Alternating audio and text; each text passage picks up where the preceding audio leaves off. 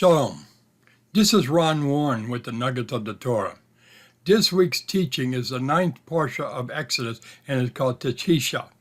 And in Exodus chapter 32, verse 2, it reads, Aaron said to them, take out the golden rings which are in your ears of your wives, your sons and your daughters, and bring them to me. There is a parallel, a link, between the golden calf and the tabernacle. They both were intended to satisfy man's need as a visible proof of God's presence. Think of the golden calf as a sort of anti-tabernacle. The golden calf is man's perverse idea of deity. It was made from Israel's best and most sincere religious imagines and efforts. The tabernacle was a heavenly model. It was God ordained, but it would come in God's timing, not theirs. The pathway to wisdom lies especially in learning from the mistakes of others. In today's teaching, Israel is learning a very painful lesson. It is one that brought God's judgment upon them. And if we learn from their mistake, we will grow in wisdom.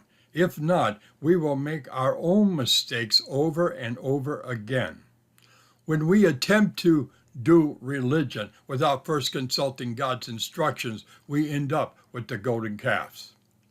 The Torah tells the story of the golden calf. It is placed side by side with the instructions for the building of the tabernacle.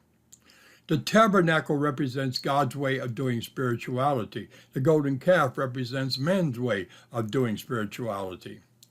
God and Israel were both striving for the same end. They were both attempting to create a medium whereby Israel could worship God and celebrate their relationship with Him. Their methods of accomplishing that end were very different. The golden calf is a small substitute for the glory of the tabernacle.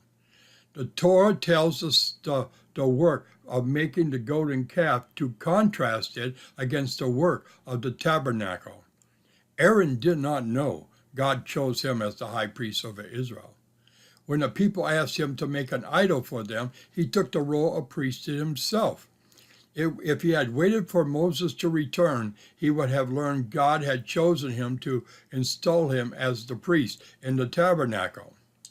The people did not know God ordered them to raise a contribution of gold and precious metals for the building of the tabernacle. If they had waited, Moses would have told them.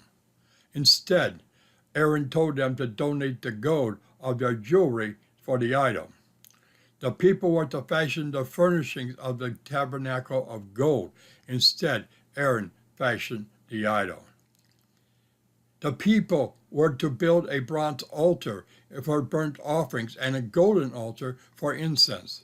Instead, as recorded in Exodus chapter 32, verse 5, Aaron, built an altar for the idol. The people were to offer burnt offerings and peace offerings on the altar in the tabernacle. Instead, Exodus chapter 32, verse 6 reads, the people offered burnt offerings and brought peace offerings to the idol. The tabernacle was supposed to be a resting place for God's divine indivisible presence.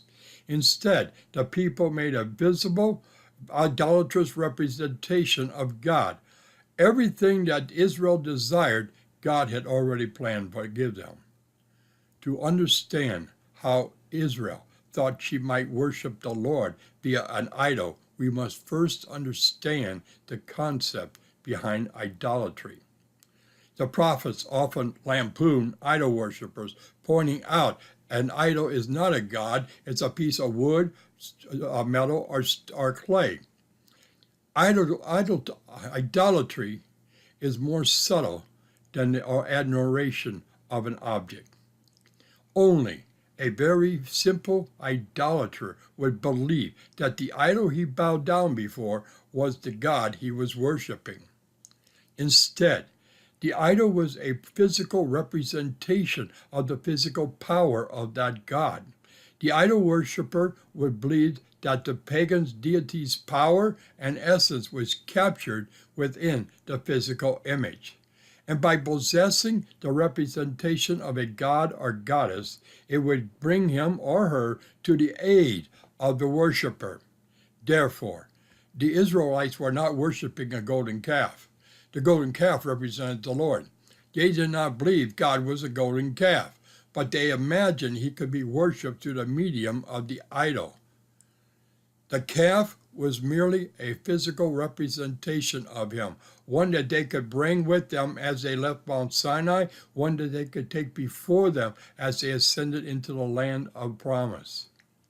Israel did not reject the Lord. They allowed their spiritual impulse to go unchecked. And this brings us to a God principle. Spirituality outside of the boundaries of Torah can only lead to paganism and idolatry.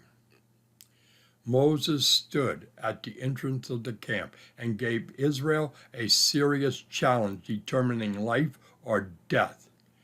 Everyone who is on the Lord's side, come over here. Many who hesitated were killed by the sword. And God will not tolerate sin or betrayal of trust. Sin must be punished and dealt with severely. The Levites came and stayed on God's side, and they were blessed. Consider again this statement. Everyone who is on the Lord's side, come over here. There are three meanings that we can learn from this statement. Number one, it is a statement of personal reflection. Am I on the Lord's side? To reflect means to contemplate, to think about, or to ponder seriously. And when you reflect, you are analyzing your present standing in the Messiah. The second statement is a statement of personal security. I am on the Lord's side of safety. Here, you must be fully convinced. It is always a position of safety, of freedom, of security, and protection from harm. The third statement is a statement of personal conviction. I will always be on the Lord's side. This statement brings a personal commitment and a pledge to God. Your alliance is to God only and no one else. You cannot be in the middle and think it's okay to be neutral. When you reflect, you will see where you are weak and the things that you need to do. You know, the line between being on the Lord's side and on the enemy's side is very thin and confusing to some. Many believers who are not serious are not even aware that they have stepped on the other side. They think they are still on the Lord's side, not knowing that they've already adapted to the enemy's moral standard. They have acquired the world's culture and accepted ungodly attributes. And this drives home the point. Any moment of delay is a moment of defeat. But it also forces a question. Are we really on the Lord's side? Shalom. Until next week, Nuggets of the Torah.